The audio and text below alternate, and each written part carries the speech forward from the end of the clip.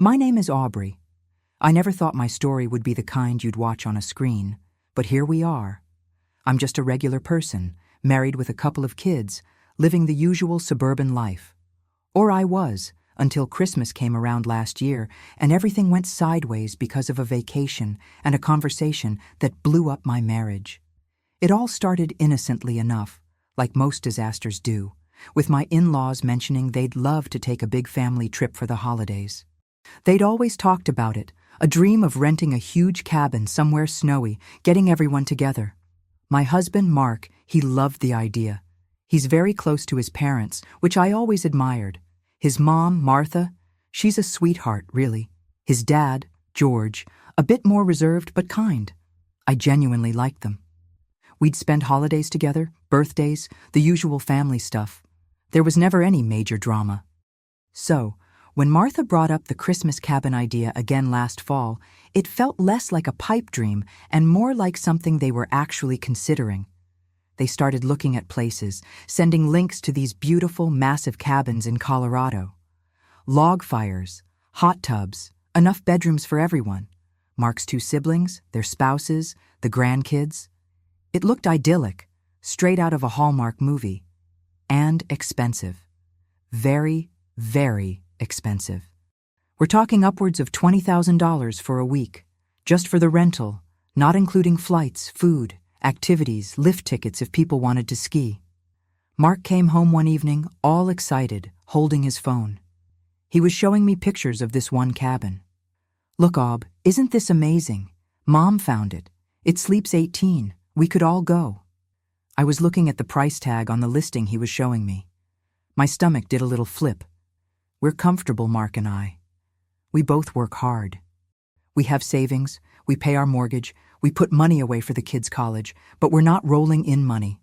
A sudden $20,000 expense, especially one that wasn't our idea, wasn't in the budget. Not even close. I tried to be gentle. "It's beautiful, Mark. Really stunning. But that price? That's a lot of money." He waved his hand like it was nothing. "Yeah, but it's for the whole family. And it's Christmas. It'll be a memory we'll have forever." "I know," I said. "But where would that money come from? We have our own Christmas expenses, the kids' presents, travel to see my parents." He got quiet for a second. Then he said, "Well, Mom and Dad said they'd need help. You know, everyone pitching in." "Okay, pitching in sounds reasonable, right? Like everyone contributes a fair share. 5 families, maybe 4 or 5,000 each. Still steep for us, but maybe doable if we cut back elsewhere." But then he dropped the real ask. They were hoping, since we're doing well, maybe we could cover the bulk of it, like pay for the cabin itself, and then everyone else could just handle their own travel and food. My jaw must have hit the floor. Cover the bulk of it? Pay for the cabin? That was the $20,000. He was suggesting we fork over $20,000 for a vacation that wasn't even our idea, just because his parents wanted it, and we were the ones in the family who were, quote, doing well. I love Mark's family. I really do. But my first thought wasn't about making Christmas memories. It was about our own financial security, our kids' future, the fact that we had our own plans and budget for Christmas. We usually do a smaller, cozy Christmas at home, maybe a short road trip. Nothing like this. And the expectation that we, without any prior discussion or agreement, would just foot the bill for everyone else's luxury vacation was, honestly, it felt presumptuous. I took a deep breath. "Mark," I said, trying to keep my voice calm, That's not possible. We can't just write a check for $20,000 for a Christmas trip. We don't have that kind of money sitting around for vacations." He looked genuinely surprised, like he hadn't anticipated any resistance. "What do you mean you don't have it? We have savings." "Yes, we have savings," I explained, trying not to sound patronizing. "Savings for emergencies, savings for college. Savings for our retirement, not a slush fund for a $20,000 Christmas cabin." He started to get defensive. "It's for my family, Aubrey. It's important to them. And our family is important to me," I countered gently. And our financial security is important. We can't just drain our savings or go into debt for a trip. I suggested alternatives. Could everyone contribute an equal amount? Or could we do something smaller? Maybe rent a couple of smaller cabins closer to home? Or even just have Christmas at their house like we usually do? He didn't want to hear it. He was fixated on the Colorado cabin. He kept saying things like, "But they're counting on us," and "it would mean so much to them." It felt like he was completely missing my point, which wasn't that I didn't want to spend Christmas with his family, but that I couldn't and wouldn't agree to pay for the majority of this incredibly expensive trip just because we were perceived as having more money than his siblings. His siblings, by the way, are doing perfectly fine themselves. They just maybe weren't as far along in their careers or had different financial priorities. But they weren't destitute. The conversation went in circles for a while. He got increasingly frustrated, and I got increasingly firm. I wasn't going to budge on this. It felt fundamentally wrong to be pressured into such a huge expense for something we didn't plan or even particularly want, just to fulfill his parents' wish list. It wasn't our responsibility to fund their dream vacation. Later that week, Mark talked to his parents. I wasn't there, but he told me how it went. He apparently told them that we couldn't afford to pay for the entire cabin. He said they were disappointed. And then, according to him, they said something that really got to him. He wouldn't tell me exactly what they said, just that it made him feel like he had let them down, and he blamed me for it. That's when things really started to unravel. He came home that night, clearly upset. He was quiet at first, then he just exploded. He didn't yell, not exactly, but his voice was cold and hard. He said, "I talked to Mom and Dad. I told them we wouldn't pay for the cabin." He paused, looking right at me. They were really hurt. They said they were counting on us. And then he delivered the line that I'm still trying to process. He said, "You humiliated me, Aubrey. You humiliated me to my parents." Humiliated him? Because I refused to spend $20,000 we didn't have budgeted on a trip for his extended family? Because I prioritized our own family's financial stability? The word hit me like a physical blow. Humiliated. As if my refusal was some kind of personal attack on him or his standing with his parents, rather than a sensible financial decision. It twisted everything. It wasn't about money anymore, or even the trip. It was about loyalty, expectations, and how he saw me in relation to his family. It made me wonder, how does someone even get to that point? To feel humiliated because their spouse made a responsible financial choice they disagreed with? Is that a common reaction? It felt so extreme, so unfair. I mean, what would you have done? Let me know below. After he said that, the air between us changed completely. It wasn't just a disagreement anymore. It was like a wall went up.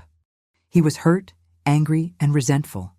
I was shocked, defensive, and deeply hurt by his accusation.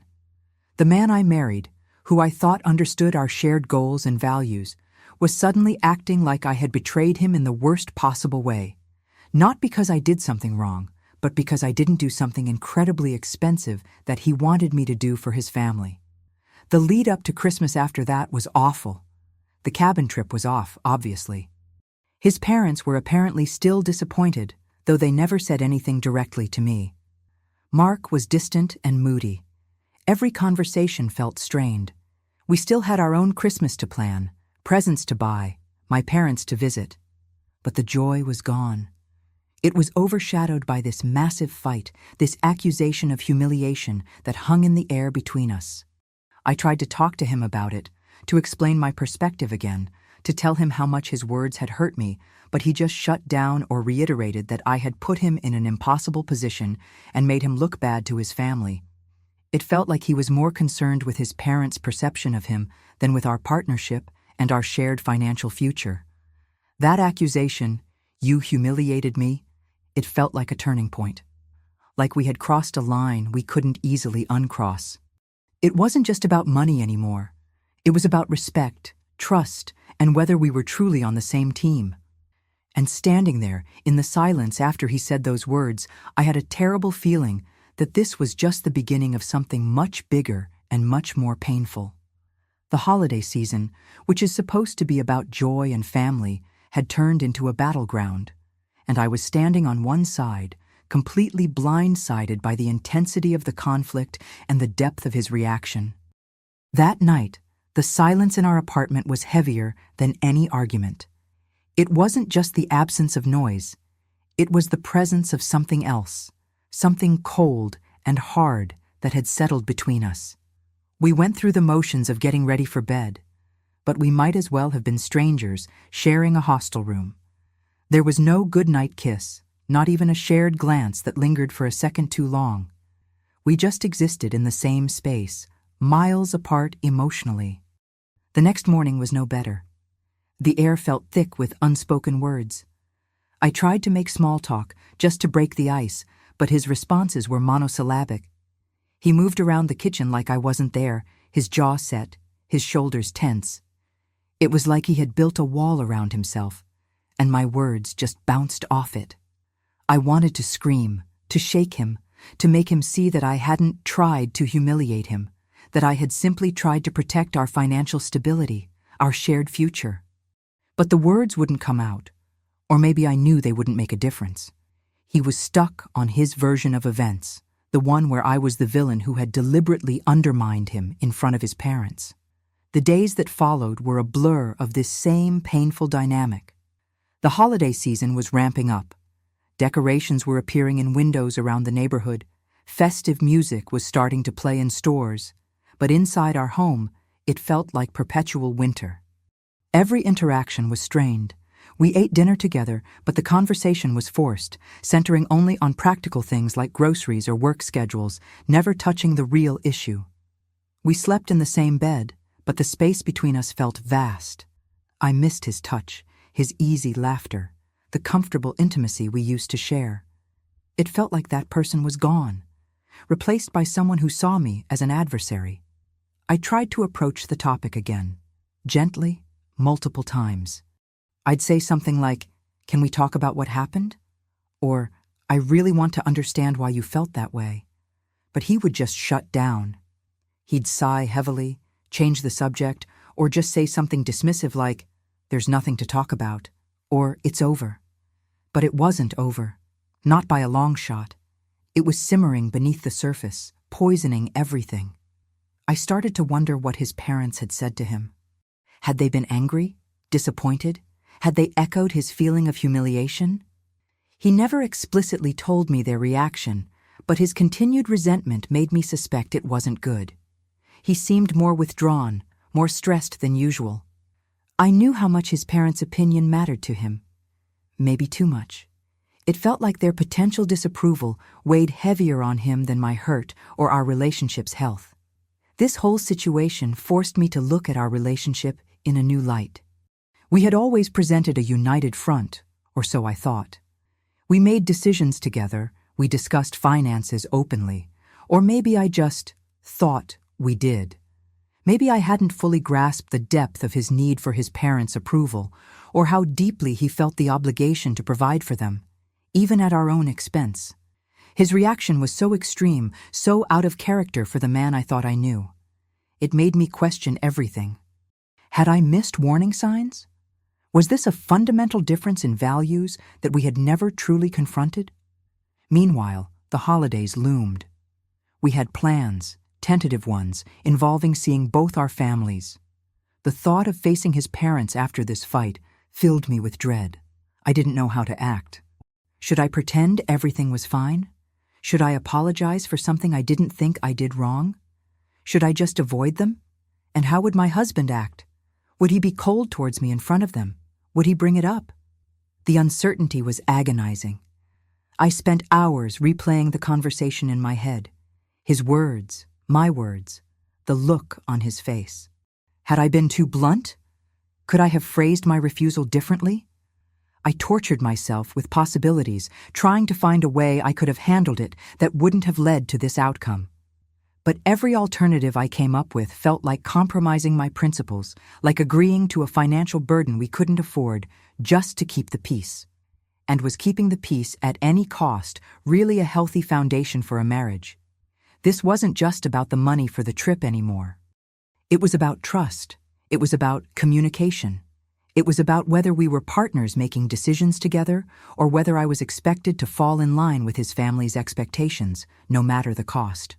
His accusation of humiliation felt like a betrayal of our partnership, a prioritizing of his image over our reality.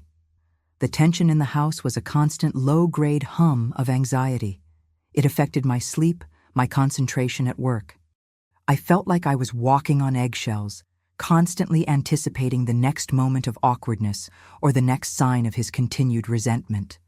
The man I loved, my husband, felt like a stranger, distant and angry. The joy of the season felt like a mockery of our situation.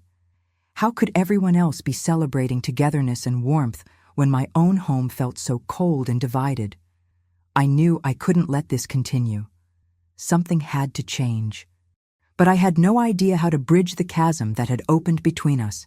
It felt like we were drifting further and further apart, and the holiday season, instead of bringing us together, was highlighting just how far we had already drifted.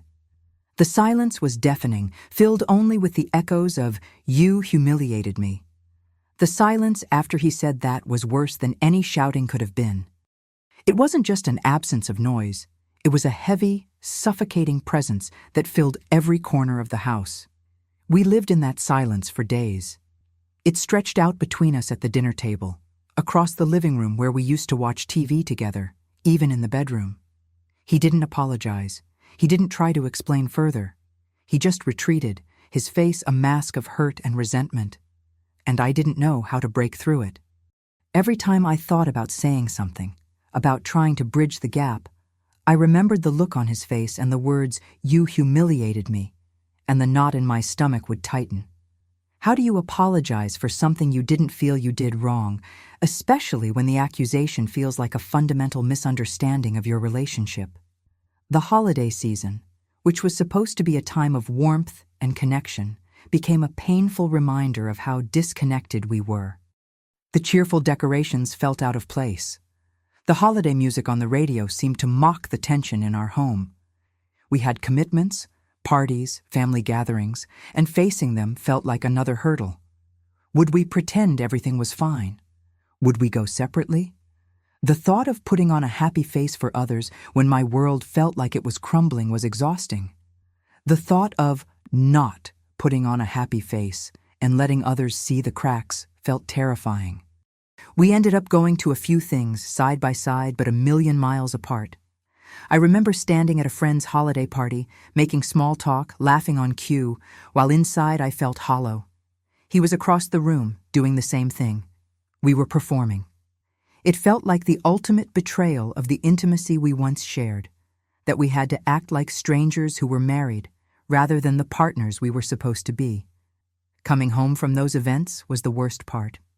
The moment the door closed, the performance ended, and the silence rushed back in, heavier than before. There was no debrief, no shared laughter about something someone said, just the quiet, separate routines of getting ready for bed. I started sleeping on the couch more often.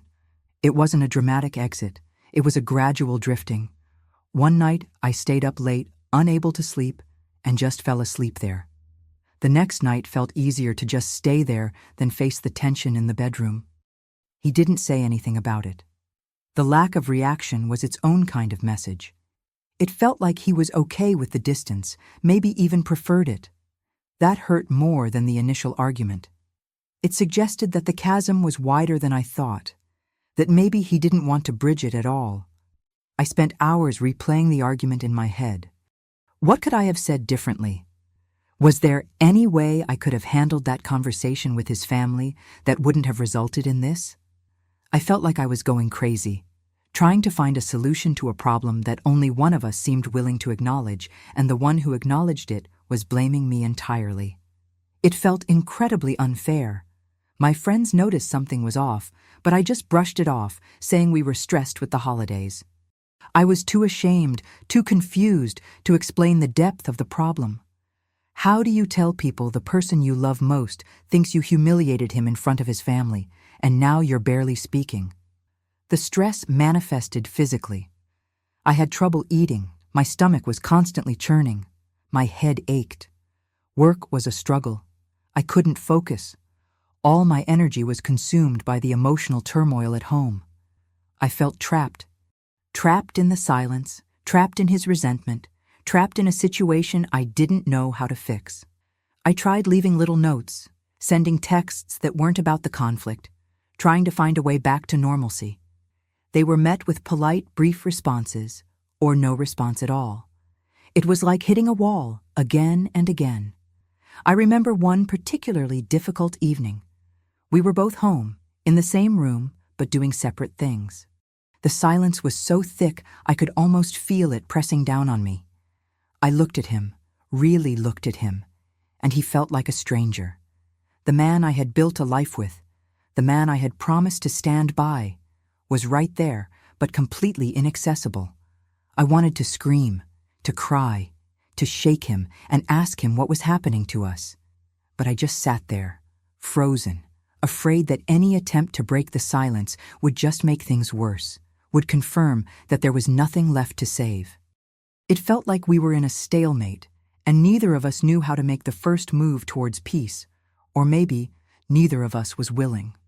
I wrestled with the idea of just letting it go, pretending it didn't happen, but that felt like giving up on us, on our ability to communicate and work through things.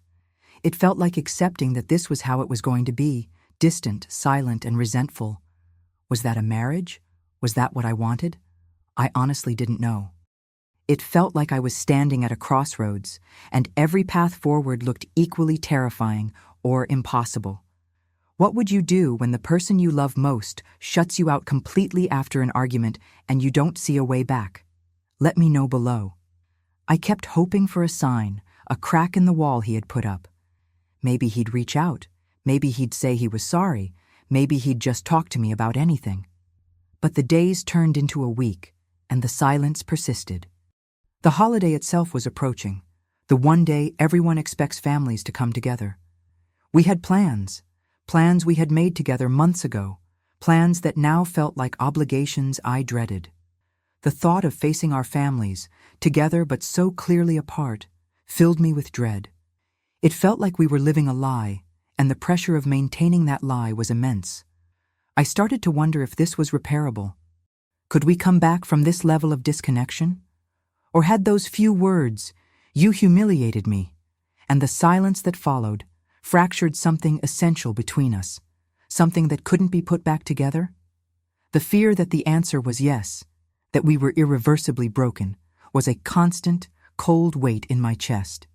I knew I couldn't live like this indefinitely. Something had to give. Something had to give. The dread of the holidays, the performance we were going to have to put on, it was almost unbearable. We had plans to go to his parents' house for Christmas Eve dinner and then my own family's brunch on Christmas morning. The irony wasn't lost on me. Celebrating togetherness and family while feeling utterly isolated from the person I was supposed to be closest to. The days leading up to it were a blur of forced normalcy. Or maybe not even forced normalcy, just absence. We coexisted in the same house, ate meals separately, or in silence, went to bed without a word. It was like living with a ghost, a very present, very angry ghost. I tried a few times to initiate conversation, just small talk, anything to break the ice. "Did you remember to pick up the dry cleaning? The forecast says snow tomorrow." He'd give a curt one-word answer or just a non-committal grunt. It was clear he wasn't interested in bridging the gap. He was still punishing me with his silence, letting me feel the weight of my supposed humiliation of him. Christmas Eve arrived like a storm I'd been watching gather on the horizon. Getting ready was a silent dance of avoidance. We dressed in separate rooms. I could hear him moving around, the rustle of clothes, the closing of drawers, and it felt miles away. The drive to his parents' house was the longest car ride of my life. The silence in the car was thick enough to cut with a knife. Usually we'd chat, listen to music, maybe talk about the day or what to expect. This time, nothing. Just the hum of the engine and the sound of our breathing. I looked over at him once. He was staring straight ahead, jaw clenched. He didn't look back. Walking into his parents' house felt like stepping onto a stage. The smell of roasted turkey and pine needles hit me, familiar and comforting, but overlaid with this suffocating anxiety. His mom greeted us warmly, oblivious, or maybe pretending to be. His dad gave us a nod and a smile. We exchanged pleasantries, handed over gifts. It was all so normal on the surface. We sat down with his siblings and their families, the usual chatter starting up. And that's when the performance really began. I watched him. He was different. Not his usual relaxed self. He was overly loud, overly cheerful, laughing a little too hard at jokes, talking a little too fast. He kept glancing at his parents, a strange tension in his shoulders. And he didn't look at me. Not really. If he addressed me, it was always indirectly, part of a general statement to the group, or a quick neutral question about passing the gravy. He made sure everyone saw him interacting with me, but there was no connection in his eyes, no warmth. It was all for show. His mom, at one point, asked about our holiday plans. "So, are you two going anywhere fun for New Year's?" she chirped. My husband jumped in before I could even open my mouth. "Oh, we're just keeping it low-key this year, Mom. Maybe a quiet dinner at home," he said, forcing a smile that didn't reach his eyes. It was a complete fabrication. We hadn't discussed New Year's at all. The idea of spending it just the two of us, in the current state of things, was horrifying. But he said it with such finality, such a clear message that our plans, whatever they might have been, were now his to dictate, his to control, especially in front of his family. It was another little jab, a reminder of his displeasure, disguised as a casual comment. His dad, later, asked about the trip. Not their trip, a trip. "Heard you guys were thinking about a little getaway yourselves sometime soon?" he asked, looking generally at the table, but maybe a little towards me. I froze for a second. Had his parents said something? Was this a test? My husband again, swooping in. "Oh yeah, maybe next year, Dad. Just focusing on work right now," he said smoothly. Another lie. We hadn't planned any trip. The trip conversation had been entirely about their potential trip. He was deflecting, shutting down any possibility of that subject coming up, controlling the narrative. It was exhausting just watching him. I played along. I smiled, I nodded, I made small talk with his sisters, I cooed over my nieces and nephews. I ate the food, which tasted like ash in my mouth. Every fiber of my being was screaming, but on the outside, I was the picture of a happy wife enjoying Christmas Eve with her in-laws. It was the hardest acting job I've ever done. I felt a profound sadness watching him, this man who was supposed to be my partner, putting on this act, clearly still so angry, so hurt, and yet directing none of that towards me directly in front of others. It was a passive-aggressive masterclass. The whole evening felt surreal, like watching a play where I knew the tragic ending, but everyone else in the audience thought it was a comedy. The tension between us was a live wire, invisible to everyone else, but I could feel its hum constantly. I was terrified of making a mistake, of saying something that would break his fragile performance and unleash his anger in front of his family. So I stayed quiet mostly, offering polite smiles and minimal contributions to the conversation. Leaving was almost a relief, but then came the drive home. Back into the silence, the heavy, suffocating silence. Neither of us spoke a word the entire way. We got home, parked the car, walked into the house, all in silence. He went straight to the living room, turned on the TV, and started flipping channels, not looking at me. I stood in the hallway for a moment, the forced smile from the evening still aching on my face, the smell of turkey and perfume clinging to my clothes. The contrast between the festive performance we had just given and the stark, cold reality of our home was jarring. I went upstairs, got ready for bed, and climbed in. He came up later, got into bed without a word, turning his back to me. The gap between us in the bed felt like a chasm. I lay there in the dark, listening to his quiet breathing, and the weight in my chest that had been a constant for the past week intensified. We had gotten through the first holiday hurdle, but at what cost? We had presented a united front that was a complete fabrication. We had successfully performed happiness and togetherness while being utterly disconnected. And doing that, pretending, felt worse than any argument. It felt like we were living a lie, not just to our families, but to ourselves. The fear from before, that we were broken, solidified into a heavy certainty. This wasn't just a fight anymore. This was a fundamental breakdown in communication, in trust, in intimacy. We were strangers sharing a life, strangers who had once been everything to each other. And I knew, lying there in the dark, that I wouldn't live like this for much longer. The silence, the pretending, the constant fear of upsetting him further, it was destroying me. Something definitive had to happen. I knew, lying there in the dark, that I wouldn't live like this for much longer. The silence, the pretending, the constant fear of upsetting him further, it was destroying me. Something definitive had to happen. That night, I didn't sleep much. I lay there, the weight in my chest, a physical ache, running through everything that had happened, everything that had been left unsaid. I thought about the early days, how easy it had been to talk, how we'd finish each other's sentences, how we'd laughed until our sides hurt. How did we get from there to here? To this cold, silent bed, this carefully constructed performance for the world? The next morning was quiet. Too quiet. We went through the motions of breakfast, clearing up the holiday decorations, the unspoken tension thick enough to cut with a knife. Every glance felt loaded, every silence screamed. By lunchtime, I couldn't stand it anymore. My stomach was in knots, my head was pounding. I walked into the living room where he was pretending to read the paper, though I could tell he wasn't taking anything in. "We need to talk," I said. My voice was shaky, but firm. I wouldn't back down this time. He lowered the paper slowly. His face was a mask, tired and wary. "About what?"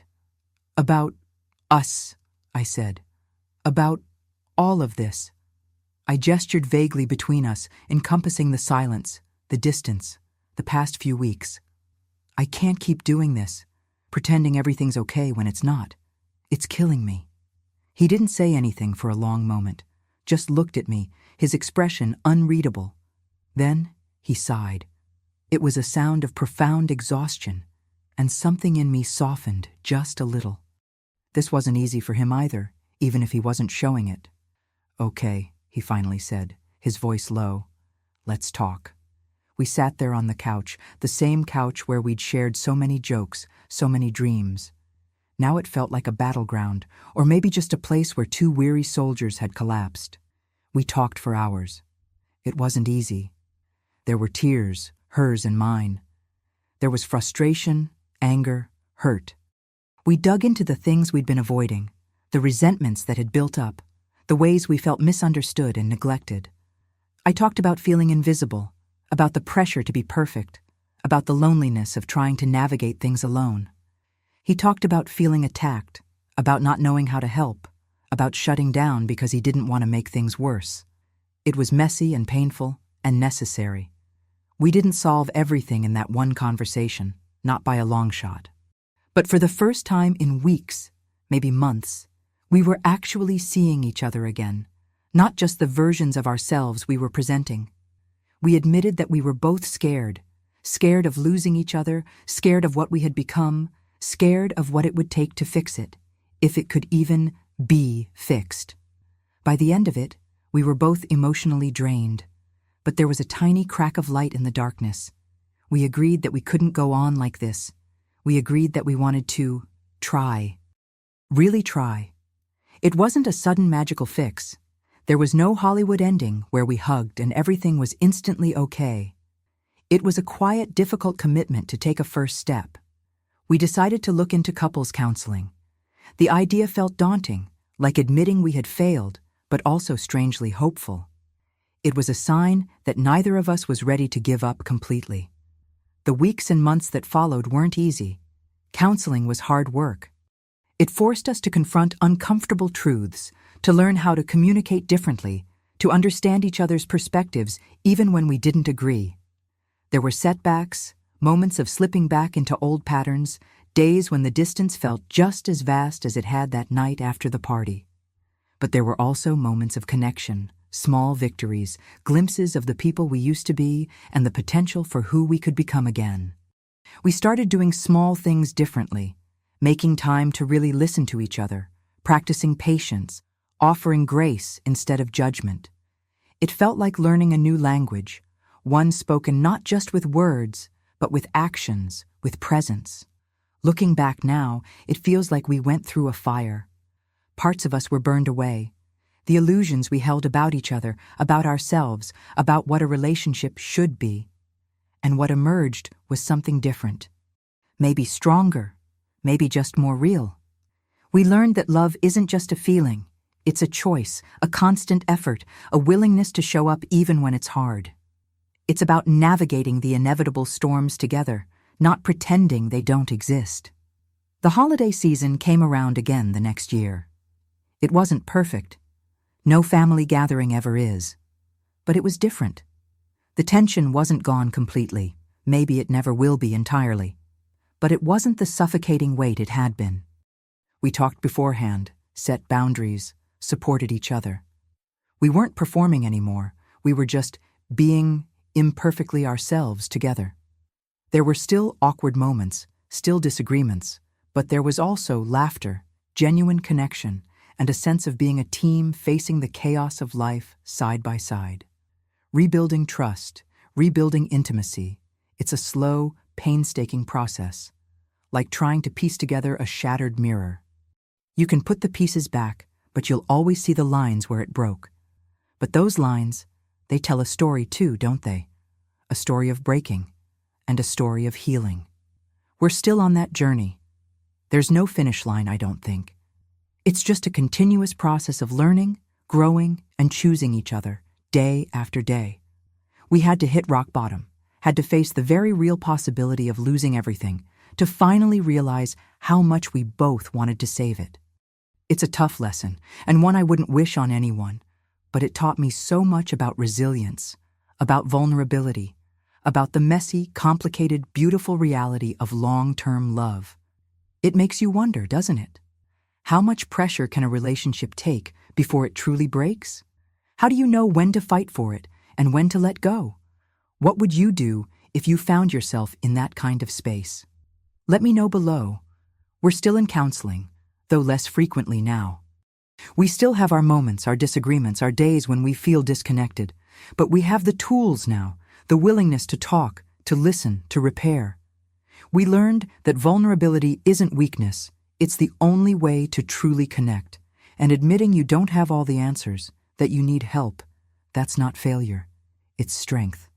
We're not the same couple we were, not the couple who breezed through life without a care, but maybe that's okay. Maybe this version, the one that's been tested and scarred and is still standing, is the one that's built to last. It's built on honesty, on effort, and on a shared understanding that love isn't a destination, but a journey we're taking together. One step, one difficult conversation, one moment of grace at a time. And for now, that feels like enough.